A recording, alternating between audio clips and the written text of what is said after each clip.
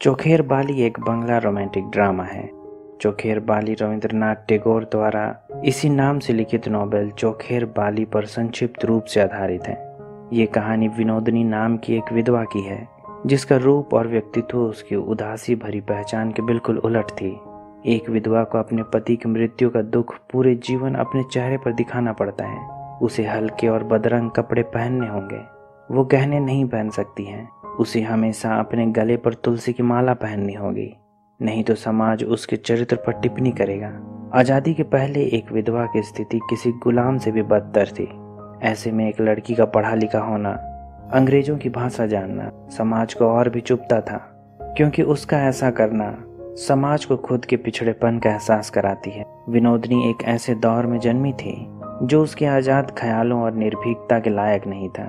लेकिन इससे पहले कि हम इस कहानी को देखें, अगर आपको मेरा काम पसंद आता है तो वीडियो को लाइक, शेयर और चैनल को सब्सक्राइब कर दें। कलकत्ता के दर्जीबाड़ा स्ट्रीट में राजलक्ष्मी नाम की एक विधवा महिला रहा करती है, जिसके 2 बेटे हैं। बड़े बेटे का नाम महेंद्र है, जो डॉक्टरी की पढ़ाई कर रहा है।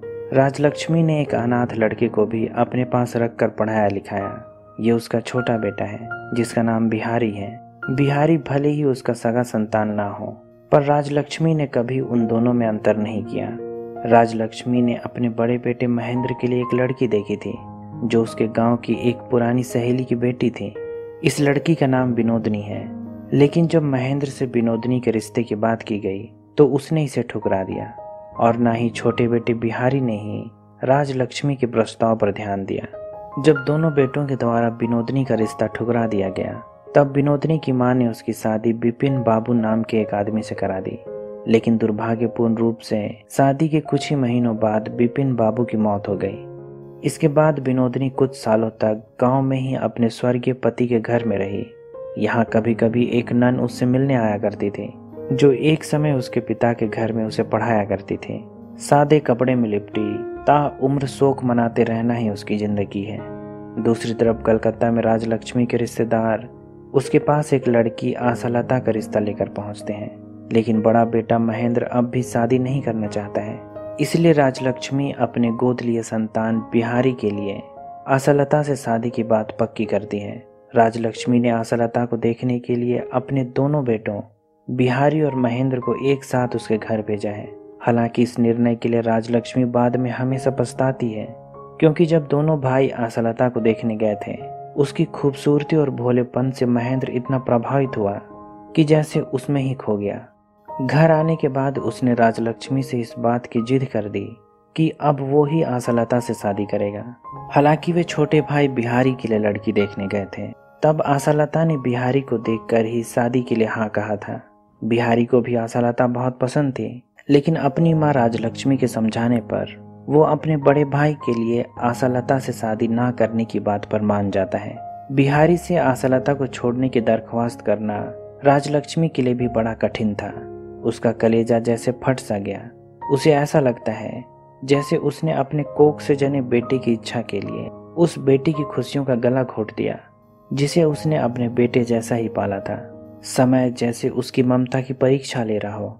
आशालता से शादी के बाद महेंद्र जैसे निकम्मा हो गया है। वो दिन भर आशालता के साथ कमरे में घुसा रहता है, ना अपनी माँ की खबर लेता है और ना ही परिवार की उसे परवाह रही। ऐसा हो भी क्यों ना, आशालता खूबसूरत जो थी।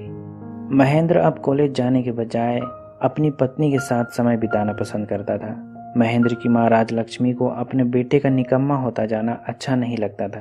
ऊपर से वो अपने ब्राह्मण रीति रिवाजों को बड़ी श्रद्धा से माना करती थी। महेंद्र और आशालता का घर में मांस मच्छी खाना उसे और चिढ़ाता था। राजलक्ष्मी अपने बड़े बेटे और बहू से इतनी उकता गई थी कि अपने छोटे बेटे बिहारी के पास चली गई। इस गांव में विनोदिनी भी रहा करती है। जब राजलक्ष्मी गांव आई तो विनोदिनी उसकी सेवा करने के लिए वहां आ गई। राजलक्ष्मी को भी विनोदिनी के साथ अच्छा लगता था, क्योंकि वो उसकी बहू की तरह नासमझ नहीं थी। वो पढ़ी लिखी थी, अंग्रेजी भी जानती थी। उसने प्राचीन ग्रंथों को पढ़ रखा था और उनसे जुड़ी भ्रांतियों को अच्छे से जानती थी। उसने राजलक्ष्मी की कई भ्रांतियां दूर भी की। पहले राजलक्ष्मी को लगता था कि ब्राह्मण चाय नहीं पी सकते हैं, इससे धर्म भ्रष्ट होता है। लेकिन विनोदिनी के साथ रहते हुए राजलक्ष्मी अब रोज चाय पिया करती है। उसे चाय की आदत पड़ गई है। उसने उसे समझा दिया है कि चाय पीने से धर्म भ्रष्ट नहीं होता है। राजलक्ष्मी कई दिनों तक गांव में ही रही, लेकिन महेंद्र ने कभी उसकी खोज खबर नहीं ली। वो तो अपनी पत्नी आशालता के प्यार में खोया रहता था। हालांकि वो कई बार अपने छोटे भाई बिहारी को चिट्ठी लिखा करता था, पर इसमें भी कोई काम की बात नहीं होती थी। वो चिट्ठियों में केवल अपनी पत्नी की खूबसूरती और उसके लिए लिखे गए कविताओं की प्रति उसे भेजा करता था, जैसे वो बिहारी को चिढ़ा रहा हो कि अगर उसकी शादी आशालता से होती तो वो भी वही सुख भोगता जो अभी महेंद्र भोग रहा है। एक दिन राजलक्ष्मी ने अपने बेटे की उन चिट्ठियों को उसके लिए पढ़ने को कहा। इस चिट्ठी में महेंद्र ने अपनी पत्नी के यौवन के बारे में काफी तीव्र व्याख्या की है।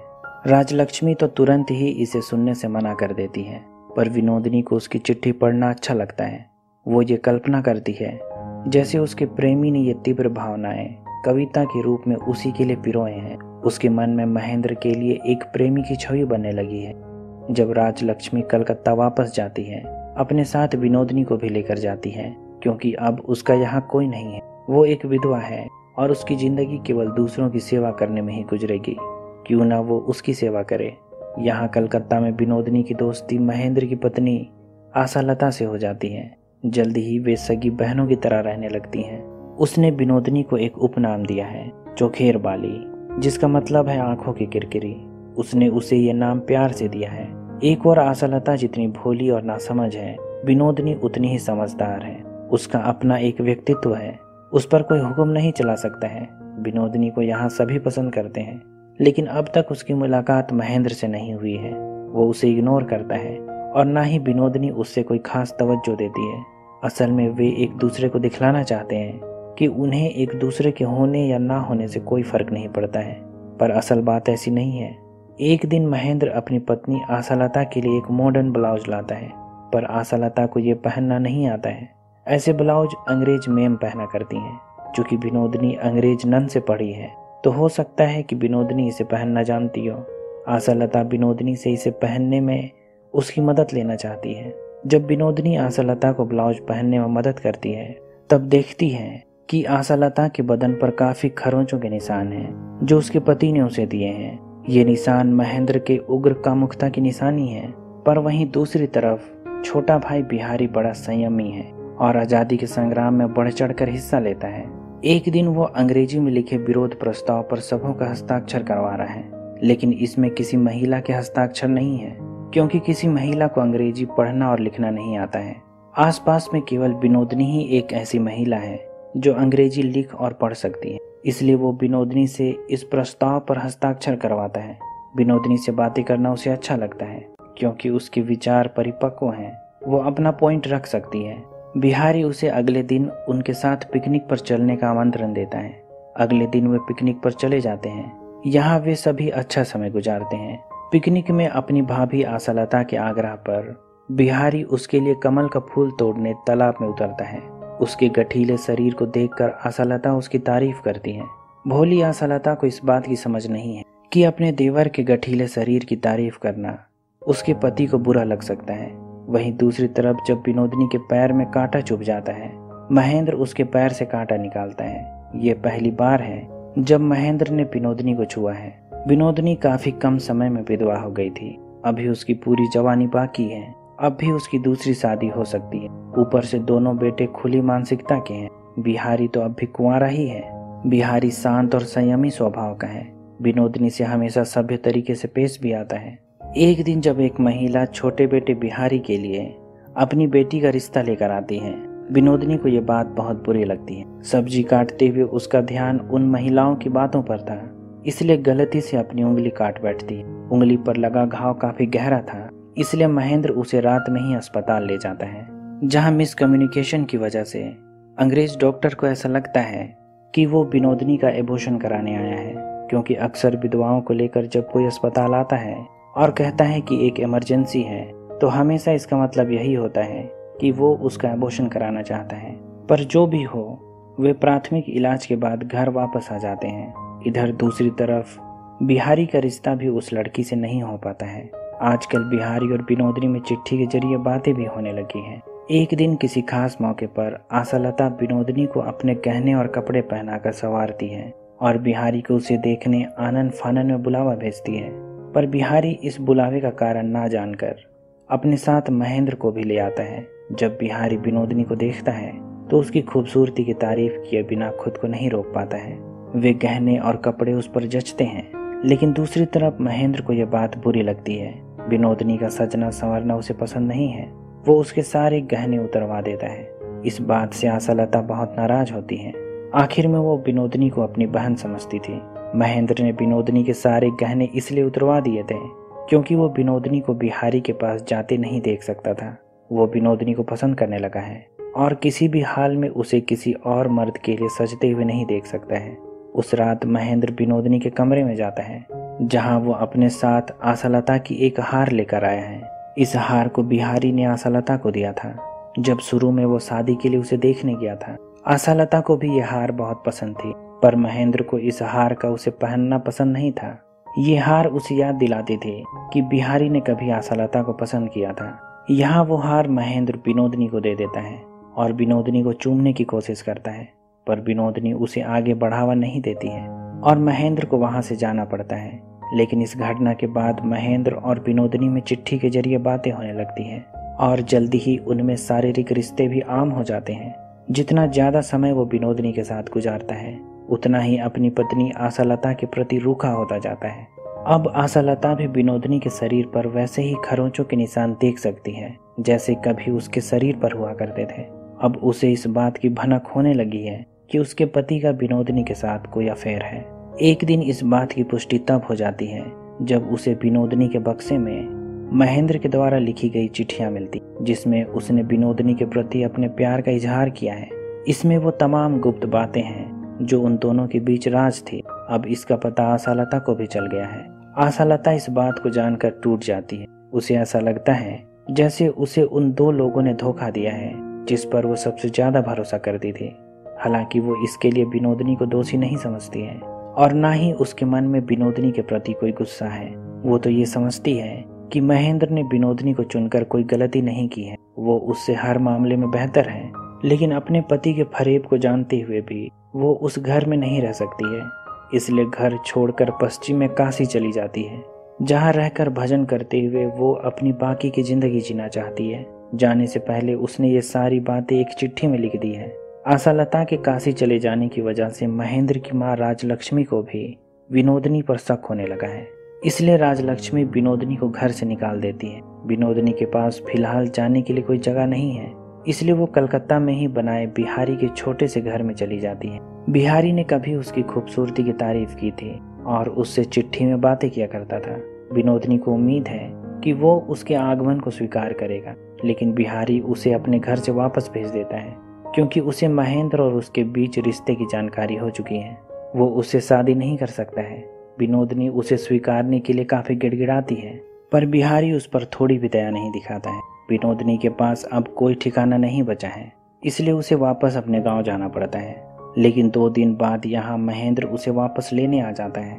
वो उसे अपने साथ चलने का आग्रह करता है। विनोदनी के पास मौका है कि वो महेंद्र के साथ वापस कलकत्ता लौटकर उसी घर में आराम से रह सकती है और अपनी सहेली आशालता के हिस्से के प्यार पर कब्जा कर सकती है। लेकिन वो महेंद्र के साथ जाने से मना कर देती है और उससे एक आग्रह करती है कि वो उसे बिहारी के पास ले जाए। बिहारी अपनी भाभी आशालता की खोज खबर लेने काशी चला गया है।